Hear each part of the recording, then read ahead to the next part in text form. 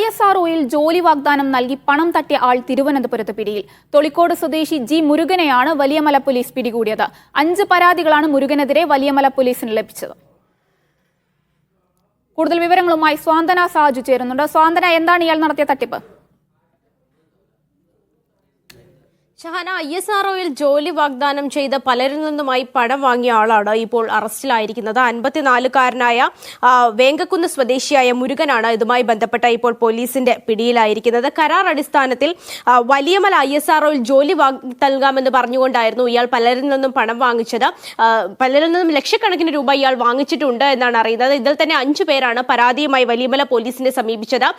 ഈ പണം നൽകിയതിൽ ഏറ്റവും പ്രധാനപ്പെട്ട കാര്യം എന്ന് പറഞ്ഞാൽ പലർക്കും ഈ പണം നൽകിയതിൽ ഒരു രേഖകളില്ലാതെയാണ് പല ആളുകളും പണം നൽകിയത്. അതുകൊണ്ട് തന്നെ ആദ്യം ഇതുമായി ബന്ധപ്പെട്ടുള്ള കേസ് എടുക്കാനൊക്കെ പോലീസിന് വലിയ പ്രയാസമുണ്ടായിരുന്നു. പിന്നീടാണ് ഇതുമായി ബന്ധപ്പെട്ട കേസുകളൊക്കെ തന്നെയും നിലവിൽ വന്നത്.